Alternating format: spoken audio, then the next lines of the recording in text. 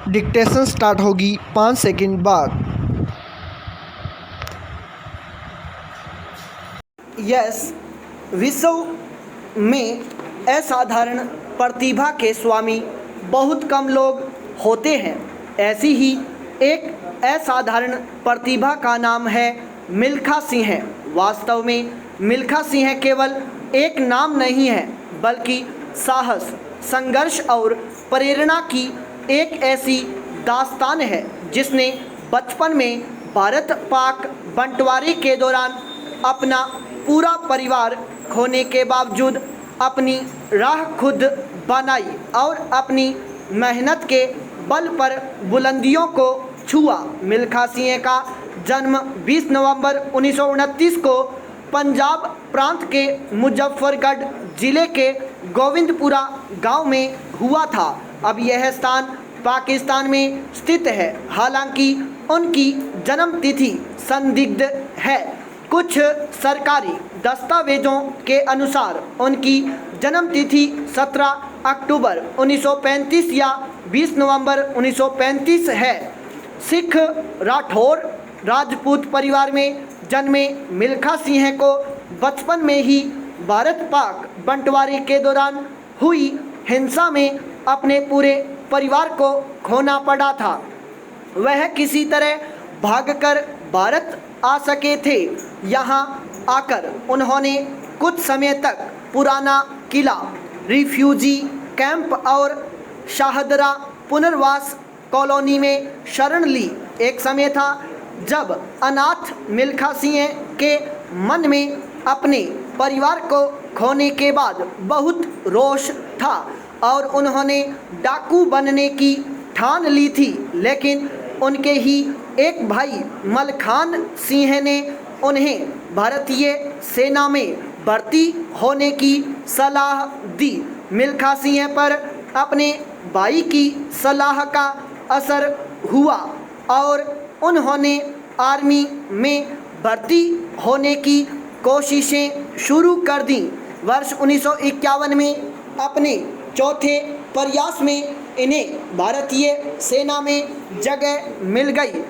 सिकंदराबाद स्थित यूनिट में भर्ती होने के बाद मिल्खा सिंह के जीवन की एक नई शुरुआत हुई और उनके अंतर्राष्ट्रीय कैरियर का मार्ग भी यहीं से खुला। यहाँ आने के बाद मिल्खा सिंह ने एक अनिवार्य दौड़ में हिस्सा लिया जिसमें उनके अच्छे प्रदर्शन से प्रभावित होकर आर्मी ने उन्हें धावक बनने की विशेष ट्रेनिंग देने हेतु चुन लिया। बचपन में मिल्खा सिंह को स्कूल जाने के लिए रोजाना लगभग 10 किमी दौड़ना पड़ता था। इसी कारण वह आर्मी द्वारा आयोजित इस दौड़ में अच्छा प्रदर्शन कर सके थे। इसके बाद आर्मी के कोच हवलदार गुरदेव सिंह ने उन्हें कड़ा प्रशिक्षण देना आरंभ किया। सौभाग्य से मिल्खा सिंह को वर्ष 1956 के मेलबर्न ओलंपिक गेम्स में 200 मीटर और 400 मीटर की दौड़ में भारत का प्रतिनिधित्व करने के लिए चुना गया। इन प्रतिस्पर्धाओं में सिंह कोई पदक नहीं जीत सके क्योंकि वे अभी अपने प्रशिक्षण के आरंभिक चरण से गुजर रहे थे, लेकिन इससे उन्हें मानसिक तौर पर अच्छा करने की प्रेरणा अवश्य मिली। इस प्रेरणा का ही प्रभाव था कि वर्ष 1958 और 1960 के बीच मिल्खा सिंह ने बहुत ख्याति अर्जित की।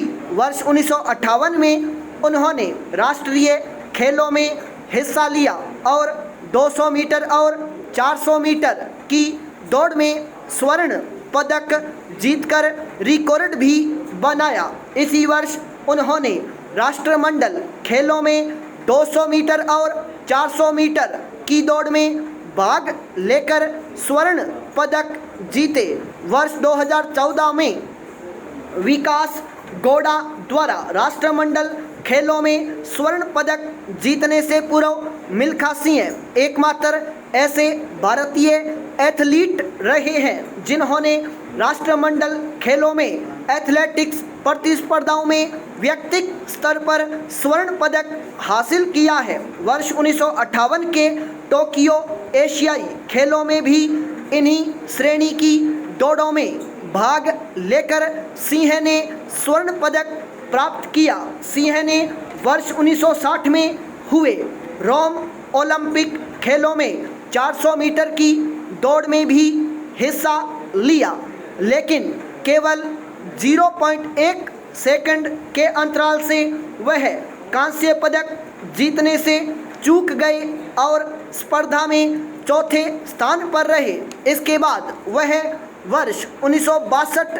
के जकार्ता एशियाई खेलों में भी विजेता रहे। इस प्रकार मिल्खा सिंह वर्ष 1958 से लेकर 1962 के दौरान एक के बाद एक सफलता प्राप्त करके राष्ट्रीय और अंतर्राष्ट्रीय एथलीट परिदृश्य पर पूरी तरह से छाए रहे। पाई पैराचेंज वर्ष 1960 मिल्खा सिंह के लिए विशेष तौर पर महत्वपूर्ण रहा। इस वर्ष उन्हें पाकिस्तान के धावक अब्दुल खालिद के साथ एक स्पर्धा में भाग लेने के लिए पाकिस्तान सरकार द्वारा आमंत्रित किया गया।